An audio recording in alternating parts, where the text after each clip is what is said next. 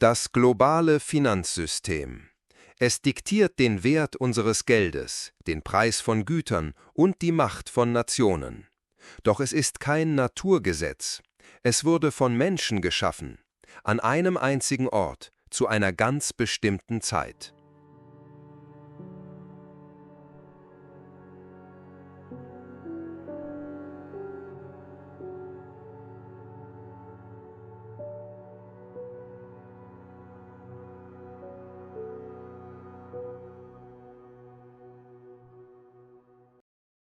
Am Anfang stand der Tausch, Ware gegen Ware, ineffizient und unpraktisch. Gold wurde zur Lösung, ein universeller Wertspeicher. Über Jahrhunderte war es das Fundament des Handels. Nationen banden den Wert ihrer Währung an physisches Gold, der Goldstandard. Doch das 20. Jahrhundert brachte den Kollaps. Der Erste Weltkrieg zwang die Nationen, den Goldstandard aufzugeben, um ihre Kriegsanstrengungen zu finanzieren. Es folgte eine Ära des wirtschaftlichen Chaos, der Hyperinflation und der großen Depression. Währungskriege und Protektionismus lähmten den Welthandel. Und dann kam der Zweite Weltkrieg, der die alte Welt endgültig in Schutt und Asche legte. Als die Waffen schwiegen, stand die Welt vor der Frage: Wie verhindern wir, dass sich das wiederholt?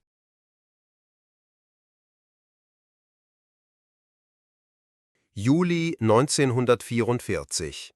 Während in Europa noch gekämpft wird, versammeln sich Delegierte aus 44 Nationen in einem abgelegenen Hotel in Bretton Woods, New Hampshire. Ihr Ziel: eine völlig neue globale Wirtschaftsarchitektur zu entwerfen. Eine, die Stabilität verspricht und den freien Handel fördert.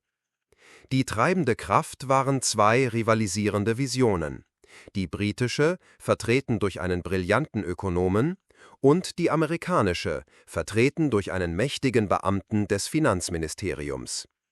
Doch am Ende setzte sich die amerikanische Vision durch. Die USA waren zur unangefochtenen Wirtschaftsmacht aufgestiegen und hielten 2/3 der weltweiten Goldreserven. Das Bretton-Woods-System war geboren. Der Deal war einfach. Der US-Dollar wurde als einzige Währung an Gold gekoppelt. $35 für eine Feinunze Gold. Alle anderen Währungen der Mitgliedsländer wurden wiederum zu einem festen Wechselkurs an den US-Dollar gebunden. Der Dollar wurde zur globalen Leit- und Reservewährung. Um dieses System zu überwachen, wurden zwei Institutionen geschaffen. Der Internationale Währungsfonds, der IWF, sollte kurzfristige Währungsschwankungen ausgleichen und für Stabilität sorgen. Und die Weltbank, um den Wiederaufbau in Europa und die Entwicklung in ärmeren Ländern zu finanzieren.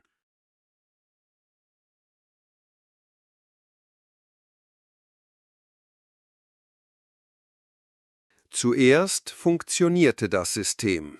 Es leitete eine Ära beispiellosen Wirtschaftswachstums ein, das goldene Zeitalter des Kapitalismus.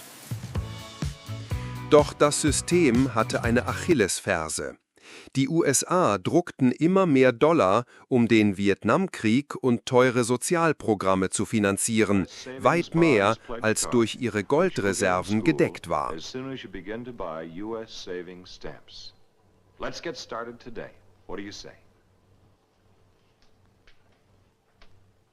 Andere Länder, allen voran Frankreich, wurden misstrauisch und begannen, ihre Dollarreserven in US-Gold einzutauschen, wie es ihr Recht war. Am 15. August 1971 zog der amtierende US-Präsident die Reißleine. In einer Fernsehansprache kündigte er einseitig die Golddeckung des Dollars auf. Das war der Nixon-Schock. Das Fundament des Systems war zerbrochen. Die festen Wechselkurse lösten sich auf. Das Zeitalter der Fiat-Währungen hatte begonnen. Unser Geld ist seitdem Fiat-Geld.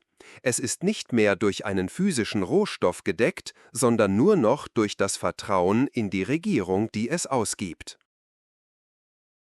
Heute floatern die Währungen.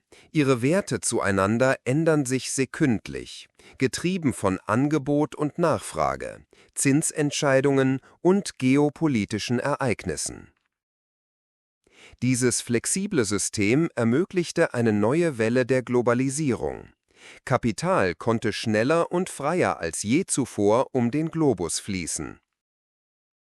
Aber es schuf auch neue Risiken.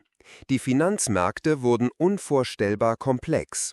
Derivate, Hedgefonds, computergesteuerter Hochfrequenzhandel.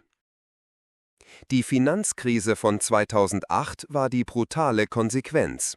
Sie zeigte, wie schnell das Vertrauen, das Fundament unseres Fiat-Systems, erschüttert werden kann. Neue Mächte, allen voran China, fordern die Dominanz des US-Dollars heraus. Sie bauen eigene Systeme und Institutionen auf. Heute stehen wir vielleicht an der Schwelle zum nächsten Paradigmenwechsel. Digitale Zentralbankwährungen, dezentralisierte Kryptowährungen, sie alle stellen die Architektur der Macht in Frage. Die Geschichte des Geldes ist eine Geschichte von Vertrauen, Macht und Krisen. Das System, in dem wir leben, ist das Ergebnis dieser Geschichte. Was glaubst du, wird das nächste Kapitel sein? Schreib es in die Kommentare.